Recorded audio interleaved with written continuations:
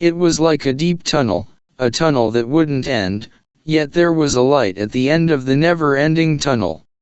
He thought, I never believed the phenomenon people referred to as the light at the end of the tunnel. Those rare occurrences where people, after waking from near-death experiences, would exclaim, I saw the light, with cold sweat rolling down the sides of their faces. Yet, here I am in this supposed tunnel. But how did I die? The last thing I remember, I was alone in my room, looking at the city from above. After that, my body felt heavy as I laid down on my bed. Was I poisoned? Was I satiated? Think Gray. There were too many that wanted me dead. After all, I was a king. Well, as much as I want to figure out my death, I can't do anything about it anymore. No choice but to go along with it. There better not be some choir of babies with wongs singing at the end. Slowly the light became more visible, and he heard someone talking. Voice, congratulations, sir and madam. He's a healthy boy.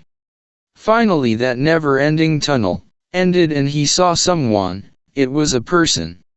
He thought, was I just given birth to?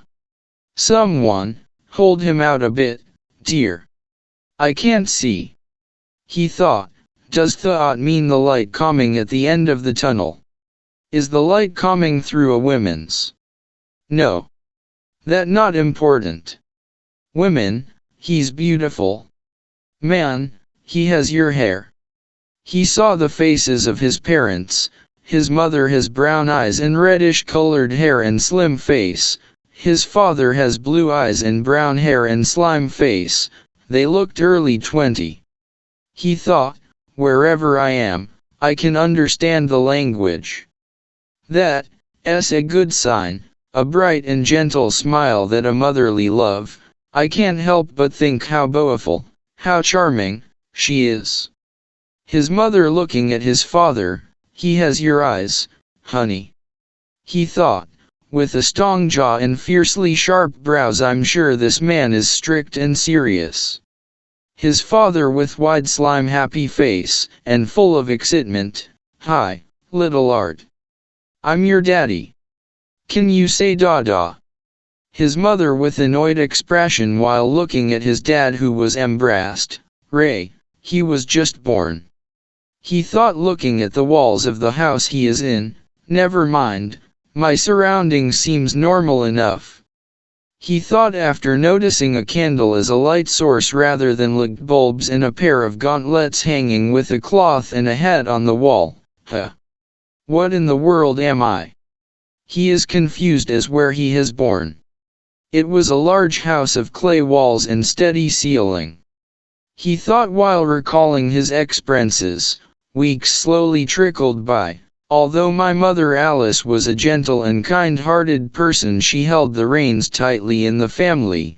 My father Reynolds was a dependable and charismatic man if you ignore his occasional childishness.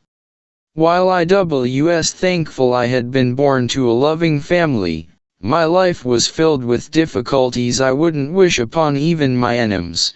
The little commands over my limbs, and the inability to even control the bodily functions that came along with this prison of flesh, perhaps years of mental fortitude honed as a king, a representative of my country, and the ever-faint hope that this was all a dream, were the only things keeping me sane. It seems that I'd been transferred to the past in a much more arcane period. Did people usually carry around weapons in the past? I guess I'm supposed to assume these vial of suspicious-looking liquids they're passing off as medicine are being sold legally. Alice while carrying Arthur along the market. My little Art must be tired. How about we go back home?